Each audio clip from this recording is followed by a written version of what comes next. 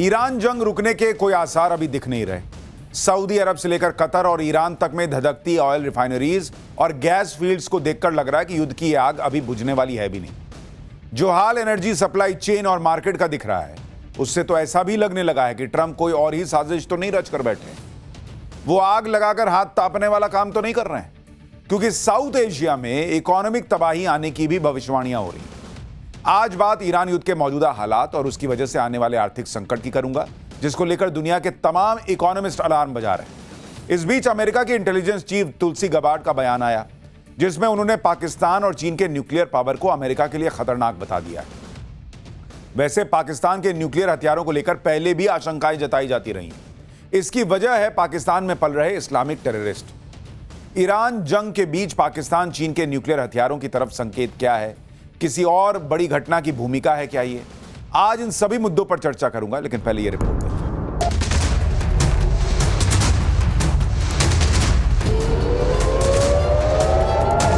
Iran जंग में और ईरान की जमीन और आसमान की अस्थिरता से पूरी दुनिया पर संकट के बादल मंडराने शुरू हो चुके हैं।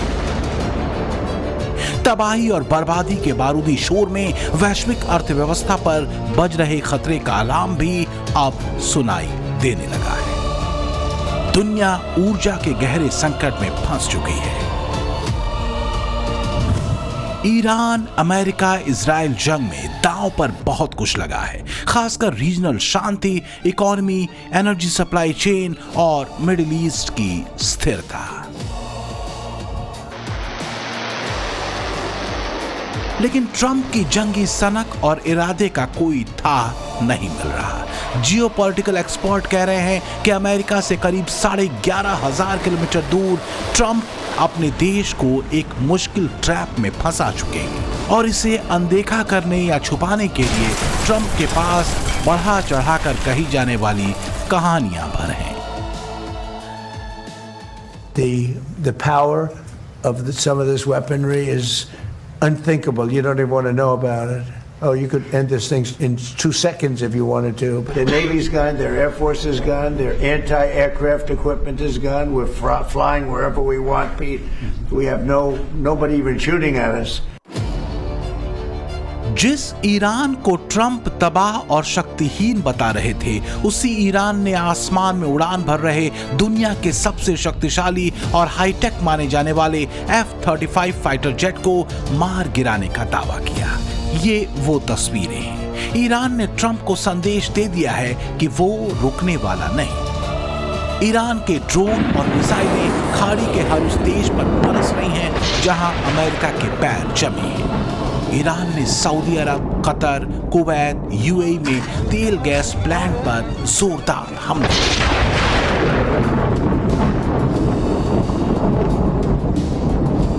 खासकर ईरान ने अपने पार्स गैस फील्ड पर हमले का बदला कतर के रास लाफान गैस फैसिलिटी पर करके लिया। ईरान ने एक के बाद एक 14 मिसाइलें इस गैस फील्ड पर मारी। कतर का रास लाफान गैस फील्ड दुनिया का सबसे बड़ा LNG एक्सपोर्ट और प्रोसेसिंग हब है। कुवैत की 2 ऑयल रिफाइनरी पर भी ईरान ने ड्रोन गिराए।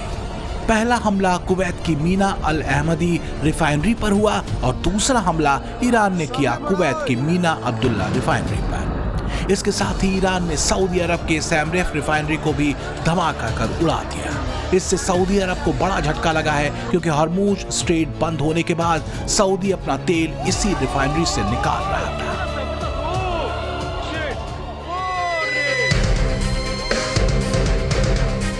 अब सवाल यह है कि मुल्ला मुनीर कहां है, क्योंकि मुस्लिम ब्रदरहुड और इस्लामिक नेटो का झांसा देकर उसने सऊदी अरब के साथ रक्षा समझौता किया था।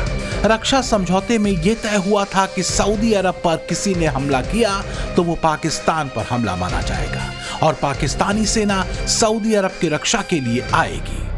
पर आई कहां? मुल्ला मुनीर कहां फरार हो गया? वैसे सच ये है कि पाकिस्तान के दुर्दिन अब शुरू होने वाले हैं और पाकिस्तानियों का भ्रम अब टूट भी रहा है।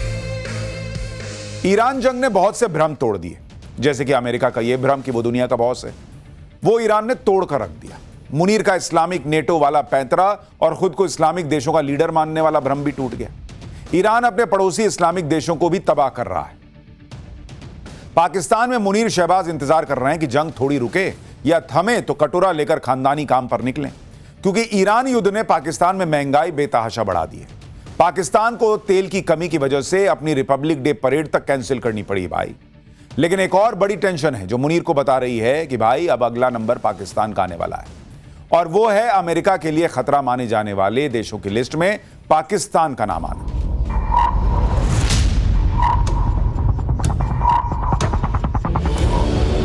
सवाल आगे के हैं। आगे क्या होगा? ईरान को लेकर ट्रंप का 2 सेकंड वाली तबाही का प्लान क्या है? ईरान पर न्यूक्लियर हथियार बनाने के आरोप लगाकर शुरू किए गए युद्ध का क्या न्यूक्लियर एंड होगा? इस बीच ईरान के तस्नीम न्यूज एजेंसी के मुताबिक शनिवार की सुबह अमेरिका और इजराइल ने ईरान के नतांज न्यूक्लियर सेंटर पर फिर से हवाई हमला किया है।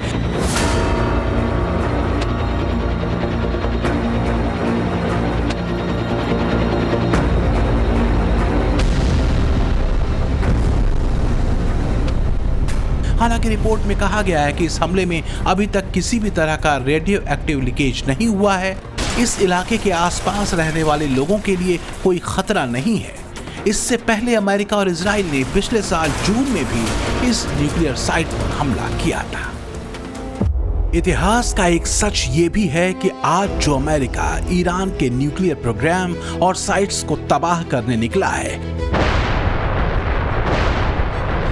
उसी अमेरिका ने 1950-60 के दशक में ईरान को न्यूक्लियर प्रोग्राम में मदद की थी। ईरान के परमाणु ऊर्जा प्रोग्राम के सूत्रधार थे तत्कालीन अमेरिकी राष्ट्रपति ड्वाइट डी आइजनहावर। तब ईरान के शासक थे मोहम्मद रजा पहलवी।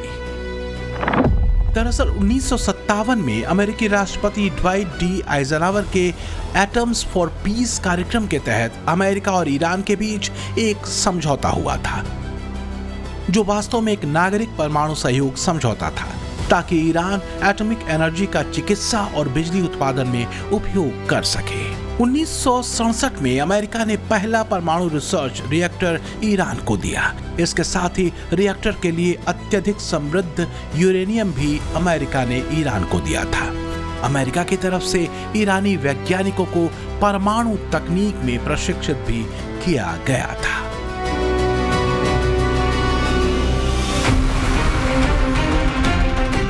अब सवाल ये उठता है कि ऐसा करने के पीछे अमेरिका का लक्ष्य क्या था? वो लक्ष्य था ईरान को तब के यूएसएसआर यानी रूस के गोल में जाने से रोकना, रूस के प्रभाव को ईरान में कम करना, ईरान को अमेरिका के लिए एक बफर स्टेट बनाना और कम्युनिज्म के प्रसार को काउंटर करना। और अमेरिका इसमें काफी हद तक कामयाब भी रहा, क्योंकि ईरान के Shah Mohammad Reza Pahlavi America की खिदमत में बिछे हुए थे तब तक जब तक कि 1979 में ईरान में इस्लामिक क्रांति ने उन्हें खदेड़ नहीं दिया। 1979 में अयतुल्लाह रुहुल्लाह खुमैनी ईरान के सर्वोच्च नेता चुने गए, और दुर्भाग्य से खुमैनी के इस्लामिक राज में अमेरिका की हैसियत 2% की भी नहीं थी। लिहाजा ईरानी क्रांति के बाद अमेरिका और ईरान के संबंध खराब हो गए और अमेरिका ने अपना सहयोग परमाणु ऊर्जा के क्षेत्र में देना पूरी तरह से बंद कर दिया। लेकिन अब ईरान के पास न्यूक्लियर वैज्ञानिक भी थे, न्यूक्लियर साइट्स भी थी और न्यूक्लियर हथियार बनाने की इस्लामिक महत्वाकांक्षा भी। आज के दौर में ईरान के पास 400 किलोग्राम से ज्यादा 60% संशोधित यूरेनियम है। इतनी बड़ी मात्रा में यूरेनियम से 10 न्यूक्लियर बम बनाए जा सकते हैं। अगर देखें तो ईरान परमाणु बम बनाने से सिर्फ एक कदम दूर है। यही वजह है कि इजराइल अमेरिका कोई चांस लेने के मूड में नहीं। दूसरी बार ईरान की न्यूक्लियर साइट नतांज पर हमला कर उन्होंने ये जता भी दिया है। खासकर ईरानी विदेश मंत्री अब्बास अरागाची के इस बयान के बाद, जिसमें वो न्यूक्लियर साइट्स के मलबे में दबे न्यूक्लियर मटेरियल्स को वापस हटाने की बात कह रहे थे। लेबनान में इजराइल ईरान के प्रॉक्सी हिजबुल्लाह आतंकियों के ठिकानों पर कहर बरपा रहा है। अब सवाल ये उठता है कि अगर ईरान पर अमेरिका इजराइल ने हमला ये कहकर किया कि ईरान अगर न्यूक्लियर हथियार या ICBM हासिल करता है तो उसे वो अपने प्रॉक्सी इस्लामिक आतंकी संगठनों को भी दे सकता है, तो फिर यही बात तो पाकिस्तान पर भी लागू होती है।